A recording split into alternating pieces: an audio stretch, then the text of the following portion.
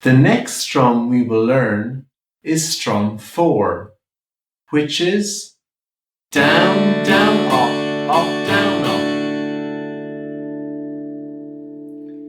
To help you keep the rhythm, you could say, let's all play some music, let's all play some music.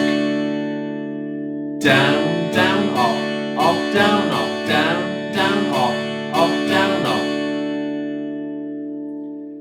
Let's play the chords D and A using this new strum. And we will be starting after 4. 1, 2, 3, 4. Down, down, up, down, down, down, up, down, down, down, up, down, down, down, up, down, down, down, up, down, down, down, up, down, down, down, up, down, down, down,